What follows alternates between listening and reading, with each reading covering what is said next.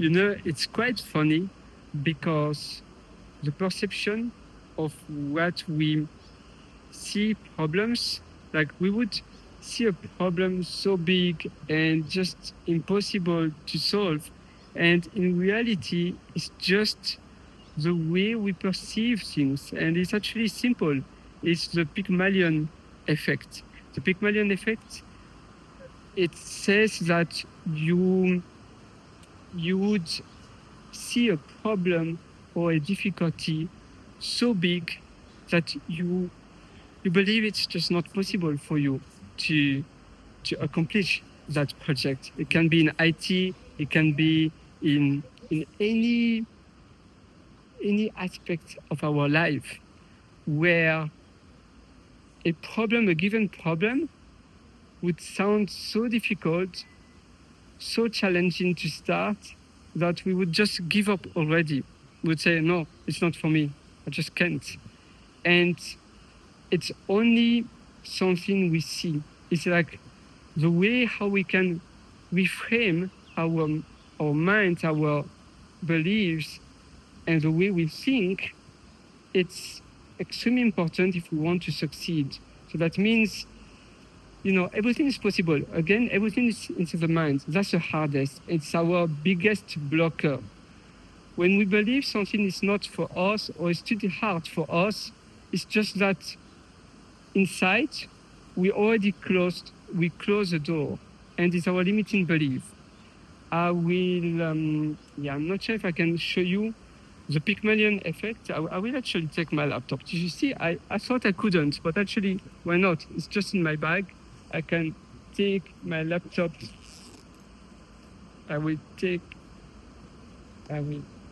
open my bag and I take my laptop from the bag. I turn it on. I turn the Wi-Fi. And I will show you exactly what I mean by this. And in IT, I see that all the time. We also, like a lot of engineers I have, especially unfortunately female engineers, they have the imposter syndrome.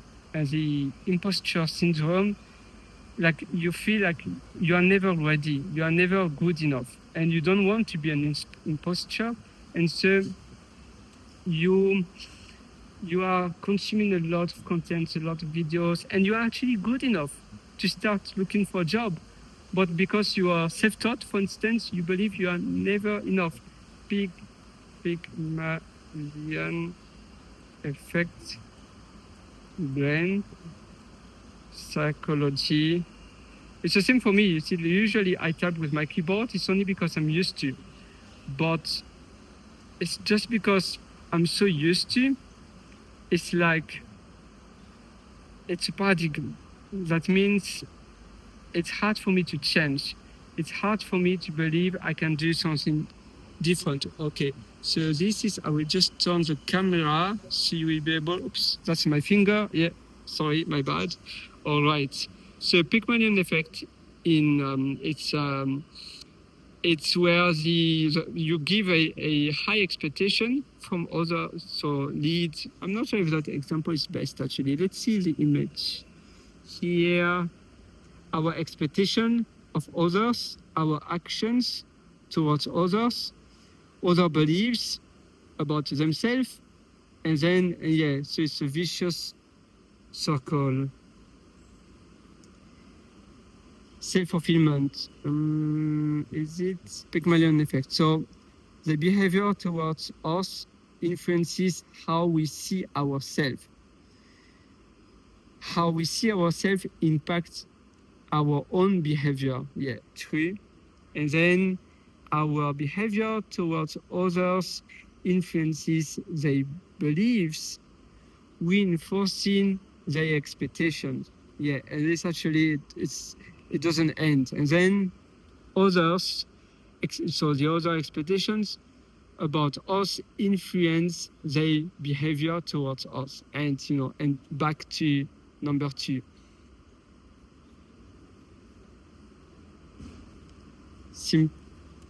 Simple words.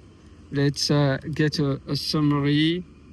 of this. So the Pygmalion effect means that when someone expects good things from a person, that person tends to do better. Yes, it depends on the context. So it's like when a teacher believes a student will do well, the student works harder and improves, like the loop we could see. This happens because people pick up on others' positive expectation and start to believe in themselves more, which help them to perform better.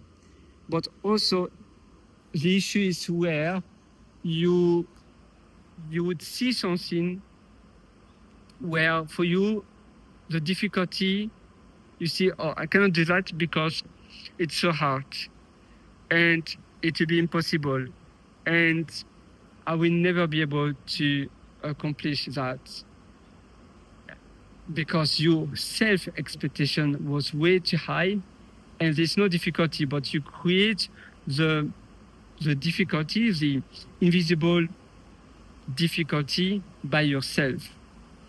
Even though it's simple, you make it difficult just the way you perceived. I believe there are different meaning or different definitions of Pygmalion. You have the positive Pygmalion and then the negative one. I will show you another one, Pygmalion. That's just a note I took a little while ago. Pygmalion. And it's an important concept. Doesn't matter if you are a software engineer or not. We create, so we make a decision. When we make a decision or we by ourselves, we build the 90% of the difficulty of a task. And here, so the perception of the reality of a task, we see the difficulty, the beliefs differently, in a different degree. When we say, oh, this task is so hard, it will take so much time to be done, then the task will take a lot of time because we say so. A product owner asked me to build an API quickly, but to me, building an API sounds a huge task. So already I see that task as, wow, this will take weeks. Even though I can do it in 2 days, in my case, my definition already in my brain is like 2 weeks time. So it will take at least 2 weeks because I saw that task as a hard one. Or if a colleague of me, that colleague tells me, oh, this one, Pierre, it's so hard to be done. Like it will take you at least 3 weeks. Then it will take me 3 weeks because the more senior engineer told me it will take 3 weeks. Automatically, I will spend at least 3 weeks by doing it because I'm reframed that way. My psychology, the person, we frame my beliefs in a way where I see now the task as super difficult, super tough.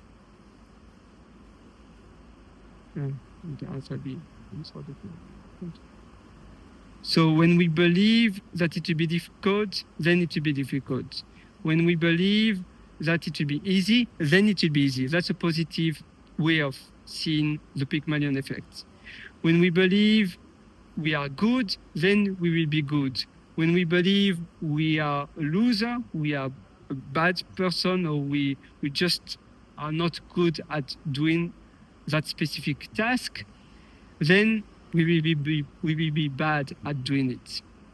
And in IT, it's even more crucial. I mean, I believe it's very important in all fields, in all areas of our life, but even more in IT because it will slow us down. It will just make everything harder in our field, in what we do in IT. just due to the Pygmalion effects. I know I'm bad at debugging, then I'm always bad at debugging because I see myself as someone who is not good at that. However, if now I change this, I reframe to I'm amazing when I need to troubleshoot, I will be amazing at troubleshooting because now I see, wow, I love challenges, then I will be really good at challenges. But if I see, oh, challenges or something under pressure, it's not for me, then it will not be for you. It's a little bit like the law of attraction, where automatically our behavior, our brain, our mood changes because we already assign a task to a negative or to a positive signification or meaning, you see?